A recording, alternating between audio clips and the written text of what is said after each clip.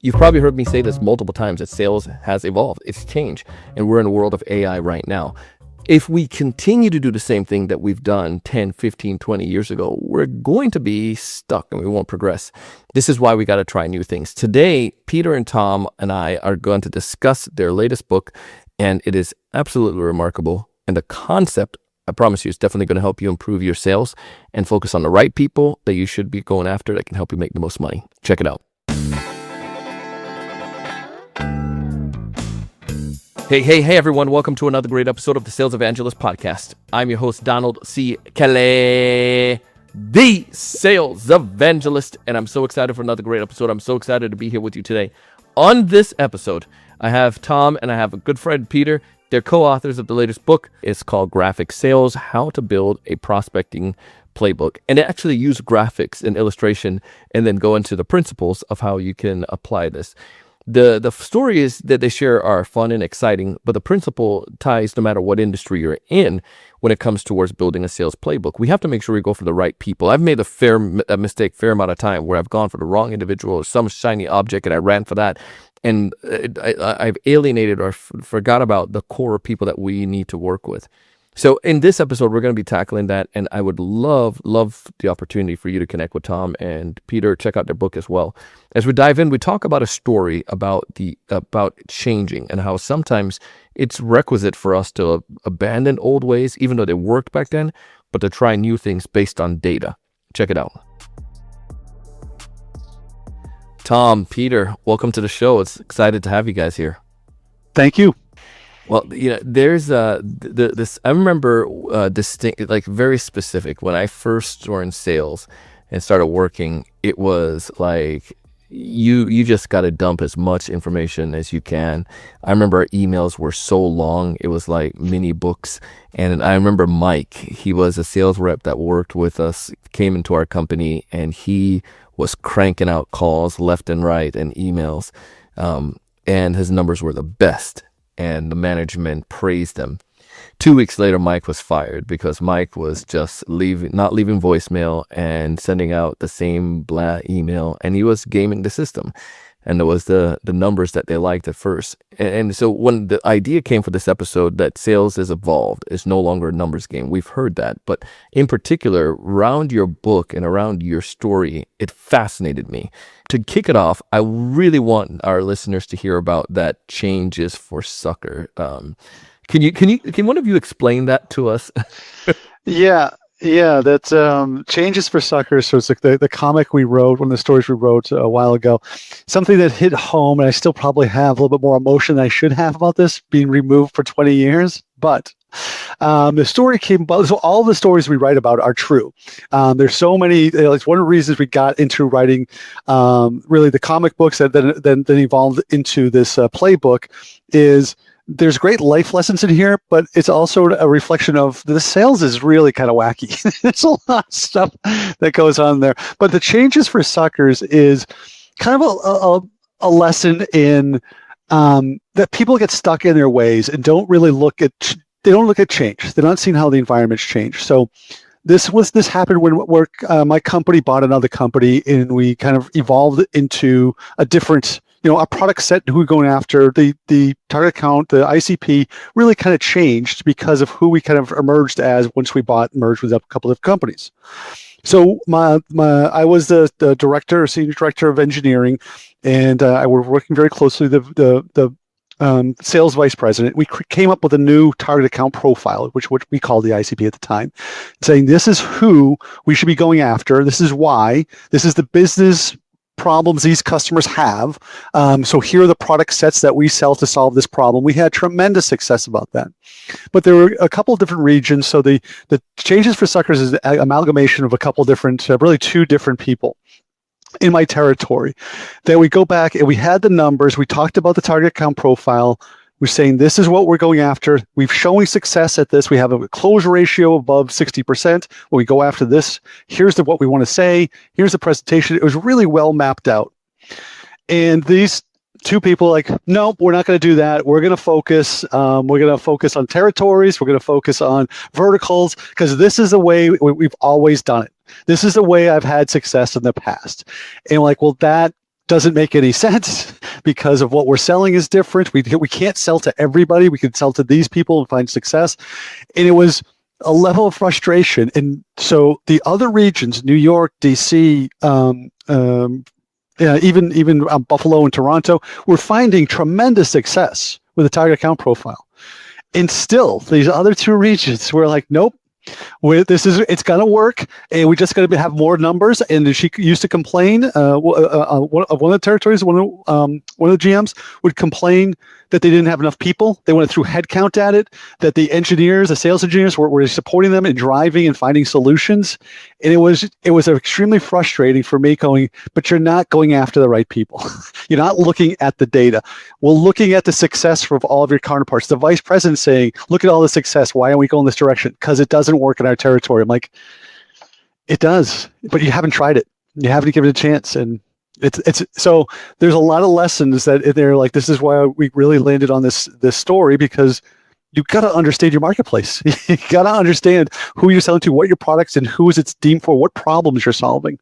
And so this changes for suckers really is my emotional, try to hopefully free him from this still frustration after 20 years. I'm telling you, I can feel it right now. We're going to put a link down to that picture in the show notes, so you can see it if you guys are curious what we're talking about with that. And if you're watching the YouTube video, you can see it there pop up on the screen. But the cool thing about this is that you all wrote a book, and it's not like any other sales book. And it's based on these experiences. And then this is going to prelude into our episode, but maybe you can take a second, Tom, and tell us describe to our listeners what that book is like. Yeah, so the playbook is How to Build the Prospecting Playbook.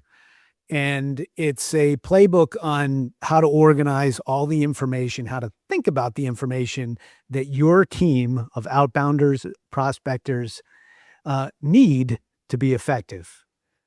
I build these all the time for my clients. We've been writing comics. So the book itself is part sort of graphic novel, where we have these stories embedded in every chapter that kind of teach you what not to do. And then the chapter is detailing what to do in each category to build out a playbook like this. Yeah, the big part is kind of, as we talk about this stuff, sales, I mean, now we're going to hit the AI. Sales is evolving constantly. So if you're not evolving and understanding and understanding the foundation of your working here, so the playbook is to say, here's the foundation that you need to work on. Once you build it, you've still got to look and review it. So that's kind of the story. The lesson learned there is people had success doing it one way. That doesn't mean like 10 years later it's going to work again. So that's where like you got to be open up, and that's where the story is like people sometimes just stuck in their ways and they won't change. And like then there are metrics people, like how many calls did you make? How many emails did you send? How many customers did you talk to? I'm like, that's great, but are you targeting the right people? Are they set up for success? So that the book is, the stories are there to try to help you find that success. It's kind of like giving me this idea of this like one-hit wonder. People had that one hit and they keep going after that same one over and over again without that evolution, which gave me some great idea for content. So marketing team, remind me about the one-hit wonder. But in particular, I'm really fascinated by a couple things. And as you triggered me with that story, and also my story with Mike. It triggered me.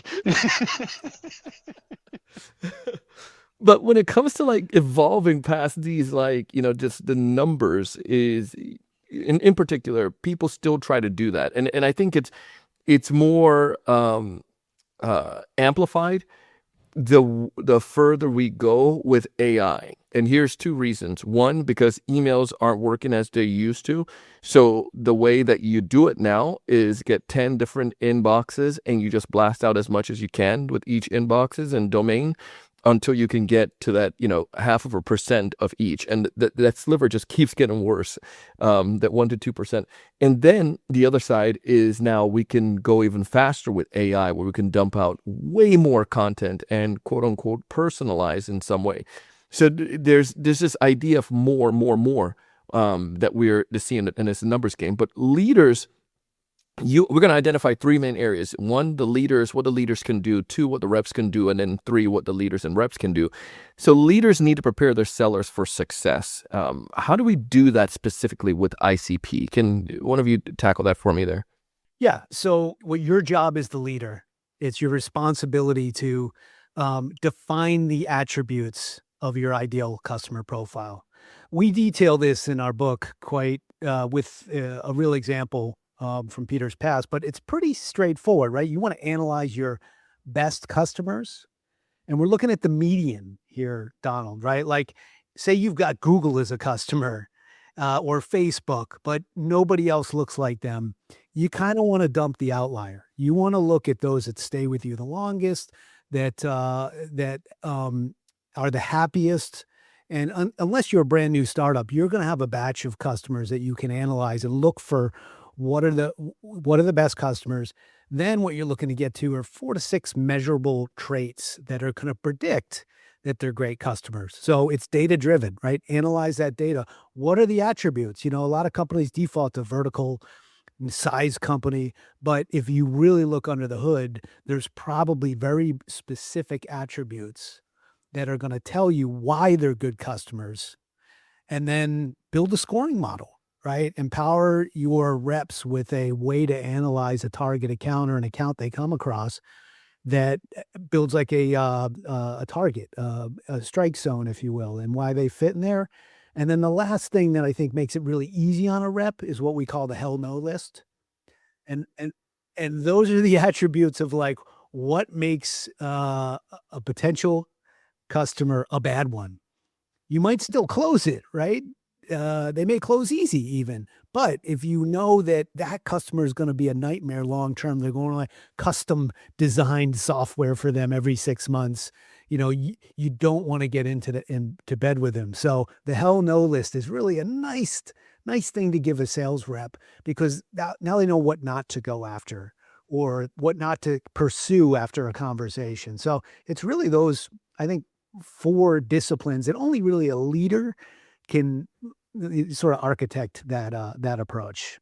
Yeah, to piggyback on top of that, it's so important that the leader is the coach, and sports is such a great analogy for a lot of things you do in sales, because the coach is simplifying things, right? Making sure they're educating, communicating why we're doing certain things. And I'll go back to we're from New England, Tom and I are Patriots fans, but one of the things that when we got Mike when Mike Vrabel came in, the defense was pretty good, but he simplified the defensive unit. Basically, it was standard. And basically the idea was, hey, we've got to get good at doing what the standard is first before we experiment and go after more complicated, a defense. But you've got to really focus on just doing the day-to-day, what you've learned when you were Pop Warner. This is the defense. This is what you're going to understand going forward. We'll build off of that. So the playbook, and when you get the ICP, it's basically that, like, this is our objective. This is who we're going after. And let's keep it simple. Let's just go cookie cutter on this, and then we can build off that and try different things and make mistakes and learn from them. But that's, when I was the engineering director, you'd have engineers who would pride themselves in coming up and solving customers' problem with complex solutions. They're like, yeah, we can do this. I'm like, but do we want to do it? So I was always, my thing is like, yeah, I know we can, but do we want to? And how are we going to manage that in the future? And what happens? And keep it simple. Keep it very simple. Customers are happy. The happiest customers don't call you. That's what you want after you sell them. You're happy. You call me when you want to add something new, not call me because of problems. I'm really glad you mentioned that. And I don't think people get that. It's just really, you can hone in on that. If there's one thing you could take from that episode, when we started we have a marketing agency, podcast production agency, and I quickly learned that principle. When you have an agency, you get some people who are just, they complain. I had the cheapest, the ones who were paying the least, taking up so much time of our team, and I had to fire 2 of them. Well, one of them, fortunately, we parted ways. The other one, we had to break the relationship with. And it just proved to me you can't just take on anyone. And here's the other part to that too. What I learned, and I started telling our team, and it sounded counterintuitive, was like, I don't want to hear from our customers. Absolutely don't, until we reach out to them for something, or they're telling us something good. Because they should be, my mom used to always say, I don't. She doesn't. When I was a teenager, I don't like hearing the phone ring when you're out. When I don't hear the phone ring, I know things are okay. But if the phone rings, that's when I start freaking out. So come home on time and don't have the phone ring. And it's the same idea with these customers as well. Yeah. Great customers, they're doing their thing, they're taking care of them, you're taking care of them, life is good. And those are the ones that pay the most. But So spot on. So you know what your hell no list is then, I guess. I'm telling you, we got a list. Yeah. I had a quick story on that. We had a law firm, super difficult, and turning up 20 sites, and the 20 sites turned to be just a bear. And it turned out after like 2 months of us really busting our hump, finding the problem, even repeatedly saying it was a router problem, I ended up forking up money, having a router shipped out there. It worked. Customer called up, still complaining. And I said, you know what? We've done everything we can for you. I'm going to invoke the 120 days to remove you from our network. I'm giving you a notification. He's like, what are you talking about? I'm like, this is not a partnership. You're berating my team. You're berating everybody else. I need a partnership that's going to work here. I can't, this is not something that's going to work out long term. So I kicked him off the network. Bye-bye. Yeah. Like I can't be spending this much time and this much energy. It's you're up and running. It's working fantastic. What are you still complaining about? And like we busted our butt. I'm like, yeah, you're not treating us with respect. Good. Gotta move on. So if I'm again, so first step is sales evolved. We're not looking at numbers only anymore. First step, we got to look at the right ICP in our organization. I'm a leader. I heard this. The stories resonate. What's the first step I should do right now if I'm a leader before we move on to the reps in identifying the right people to go after? I'd simply analyze who their best customers are, right? Just like you, like look for these things. Hey, we've got a customer that always complains, needs more development, needs a router shipped out, right? Why? Like what are the attributes that make that a difficult customer? We got a customer who never calls us. Like you said, why? What are the attributes about that? What are we doing right that meshes with what they want? What are those reasons? Look under the hood. You can study, the thing I love about AI now is you can take your database and say, just tell it everything we're saying right now, look for these patterns, and it'll spit things out. And then you get with your team of reps, your closers, and bounce them off. Like, hey, it sounds like this is an attribute. It sounds like this is. And like Peter said, it's got to be simple. You don't want to give them like, here are the 30 data points that you need to discover before you actually work with. No, it's got to be like 4 or 5, Peter, right? I'd say 4 or 5 is enough. So boil it down to that. Yeah, it's Tom's points. Your good sales reps will be able to tell you what business problem you solved, right? So that's you kind of, hey, why did you ask the questions like, what do our good customers look like? What did we solve for them? And what solution solved it? And Tom and I have talked about this many times. Never talk about product. Talk about the solution. And then the product is for internal reasons. Telling a customer, this is my product name, and this product is going to solve it for you. It's not it. It is, what's your business problem? What's your solution? And once you understand what the solution is and the business problem you're solving, you then can easily cookie cutter that. Like then you can relate. So to point, like sending out blast of emails. Well, I don't have to send blast of emails if I can basically find customers with the same type of business problem and then tell them, I know this is your business problem. This is the solution we've had, and this is how we've improved your outcomes. It starts, once you really start that beginning step saying, who's our good customers and then why, you really start building that plan very easily. 100%. I love it. All right. Well, I like this, and I want you all to go back and listen to that first part. We're going into the second component now. We're going into the reps side. I'm a sales rep, and I am working for this amazing company. How can we help the reps develop the ICP as a rep? Like, what can I do? Maybe my leaders aren't doing anything about it, but I want to do something. What can I do? Yeah, that's a great question because this happens all the time, right? Even a rep is probably thinking, hey, isn't that management's job to tell me where to go? It's like, maybe, but look, you got a quota, you got to pay the bills and take care of your family. So I think that to boil it down, you have to, as a rep, you have to become a student of the market. So all the things that we just described, you're living that day in and day out.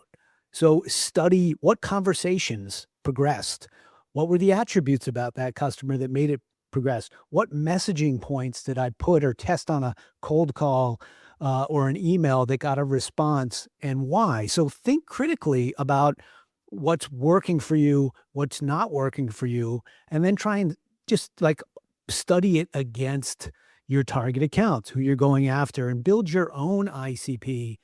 You're really the front line. So like if I'm a leader, even I'm going to talk to all the best reps and go through this exercise. So if you're the rep, do it yourself, be a student of the market, and focus on what do my best customers have in common? Like, what is that?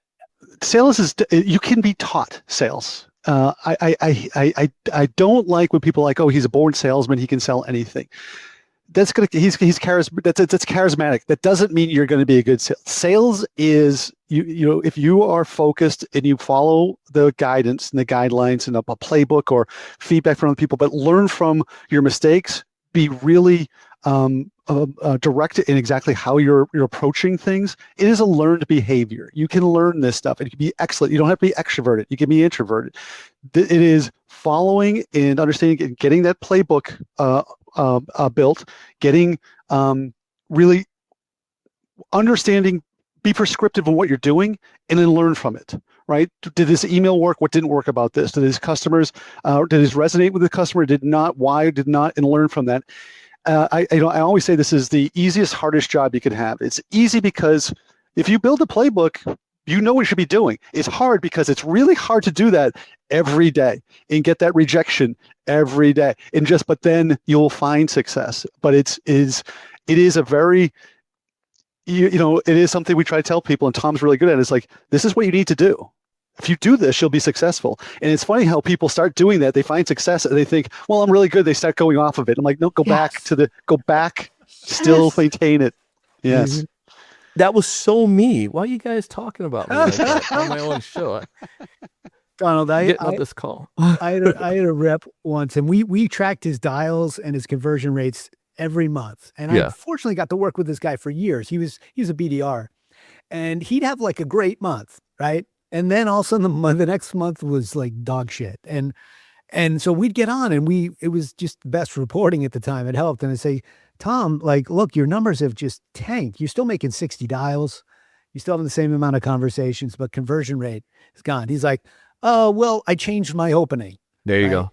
And I'm like, why? He's like, oh, well, I had like a bad day one day. Like he had like one anecdote that went wrong, or somebody else sitting next to him had a different strategy and said, well, I'm going to try that. And I'm like, okay, let's go back to what you were doing, right? Let's kind of work on that. And you're like, oh, so we had a lot of corrections with him. And then over time, he kind of learned, and then we work on different parts of the call, and he built and got better and better.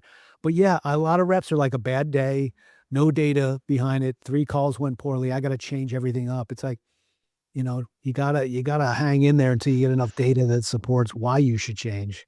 So this brings up a very good point, because I think we want to clarify to folks that we, go back to the changes for suckers concept. When do you know to change and what to change? Because clearly, like this rep, because I've been there too. I went through training and I thought I was hot stuff after I started getting appointments, but I deviated.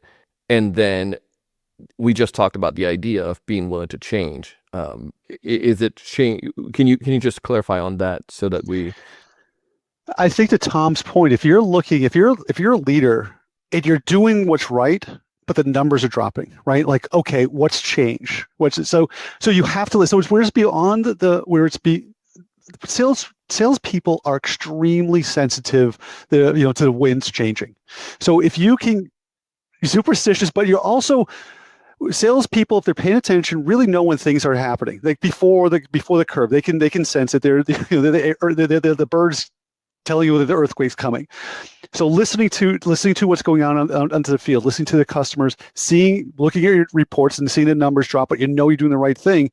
You've got to then be willing to say, okay, we got to make a change, but be very specific and pay attention to the tweaks that you're making, what's working, what's not working, what's changing. And when we came up with a target comp profile, myself and my engineering managers, we really sat down and had that long conversation. It was basically a week in New York City. We just sat down and like, okay, who's buying from us? Where are we seeing success today? Who are the good sales reps? So we even went back to who's the type of person we should be hiring? What conversations are they having?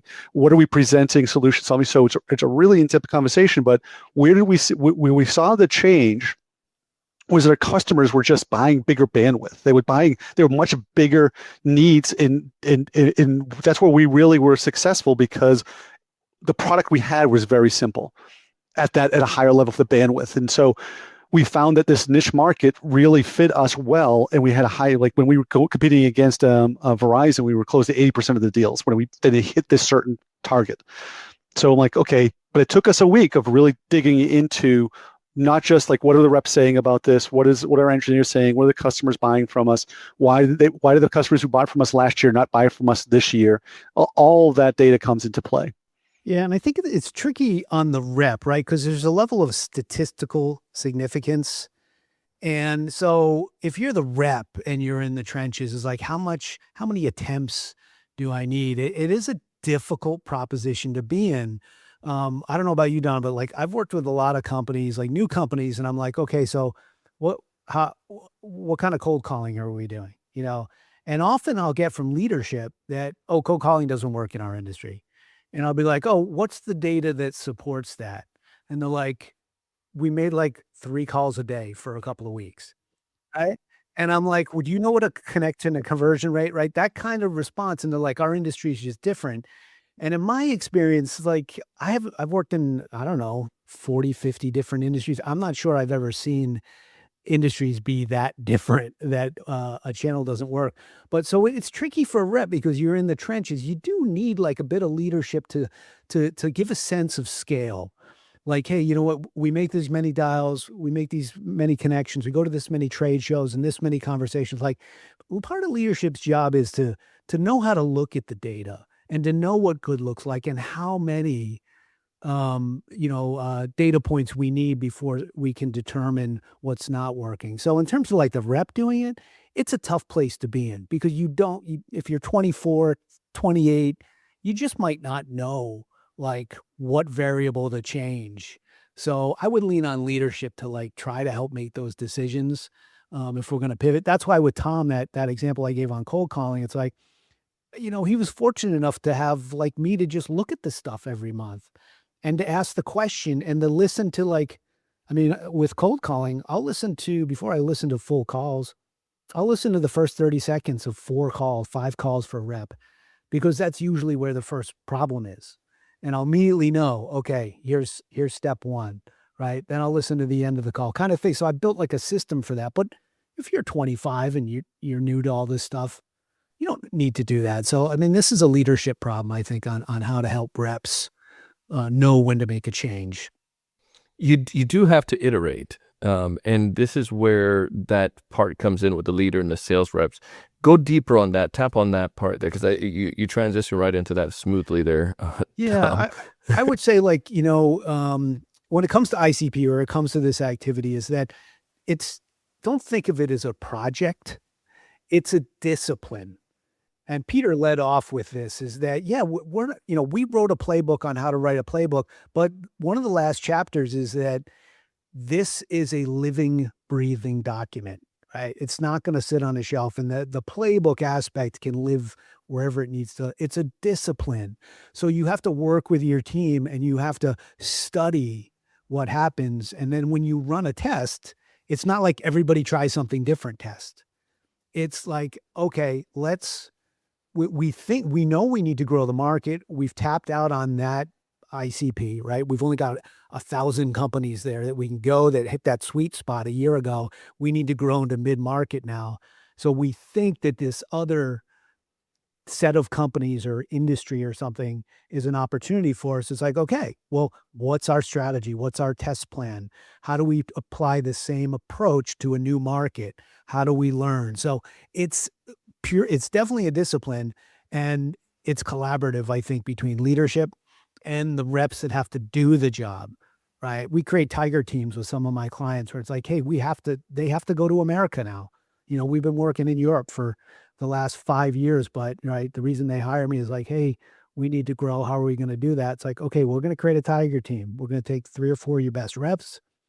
We are going to design an ICP test theory. We're going to make a bunch of calls and we're going to learn. And then we're going to decide. And it works remarkably well. I've seen this last year with one client where an attribute that looked like it would be the same on paper, we missed a whole element until good reps had good conversations. We listened to the game tape and we're like, oh, they have call centers. They actually don't do this internally. It's not going to meet that attribute. What do we do? So Tom and I have talked about this before, and I just want to kind of throw this out there, and he kind of brings up a great point. But in sales, you're often told that this is your business, and this is, salespeople so often feel like they're individual, and this is them themselves fighting the world and selling it. And the good sales people know it's a team effort. So it's not just a team like my engineers and my salespeople, my sales manager and so forth. It is all the other sales people as well, having communications, talking openly and have that communication. So I think for salespeople, really understanding, when the winds are changing, when you need to look at things differently, you've got to have conversations about what are you seeing, what are you talking about to other sales reps, talk to your team, that you're not alone. In fact, if you try to do it alone, you probably will fail. It is sales is a very big team effort. And there's a lot of open conversation that needs to be done around that. So if you have a good culture, the good culture is all about communication. 100%. I love it. So so far, we've covered 3 main areas where if the numbers game and not working anymore, in order to do this, we got to focus on our ICP. Leaders need to do their part, identify the best fit. Sales reps and leaders need to do their part, continue doing what working sales rep and don't change every 5 minutes. And we have to look at the point, or reps need to do their part. And then the sales reps and the sales leaders do need to discuss, they do need to have conversation and iterate when necessary with data. And that makes the difference. If we can do that, we'll see an improvement in the way we attack sales in 2026. Am I off on that, or did we summarize that decently? No, I think your with data line is pure gold. Sums it all up, right? You have data with data. Like it came from AI, Donald. Was that good? It's called a Claude DK. I'm not really here. This is my AI talking to you. That's right. The glitch. But no, seriously, this is remarkable, and I absolutely love the book. I love the fact that it's different. As a sales author myself, I did the traditional thing with my book. Story is different, but what I love about your book is this idea of utilizing your personalities with the comics. And then you're giving us straight facts like info and a workbook on how we can improve on that. Why don't you give us a quick little plug on the book for those who are listening and checking out the link. Maybe each of you can just share your passion for why you decided to do the book and do it this way and how it can help with the problem that we discussed today. Yeah, I'll let you finish, Tom, but I'll start. And I like to make money. So if you could buy the book. I like you. That's my passion. It's my passion. No, I got to be honest. As I kind of get older and the whole thing, and Tom and I would reminisce and I tell stories and stuff. There's so many wacky things out there that have happened. I'm like, I just want to get these stories out. I just want to tell these stories because it's such. And when I would tell these stories to other salespeople, they're always going to laugh. They're like, "Oh my God, I can't believe that happened," or "Same thing happened to me, a little bit different." And so it starts a conversation. So I just felt I'm like this. I want to share these because there's a lot of stories out there about sales. So for me, the passion was more of like, I just want to kind of get this out there to let salespeople know. I'm like, yeah, we've all experienced some of the craziest things in sales, and it's a fun and challenging, stressful job. Oh, I couldn't agree with you more on that. Buy the book and make money. So yeah, I guess I'm with Peter in the sense that the stories captured as a comic was an idea that Peter brought up on a long drive. And for the first question Peter asked me is like years ago, are you ever going to write a book? You're a consultant. Isn't that what, guys like you do? And I was like, yeah, but like a lot of these books are, been done before.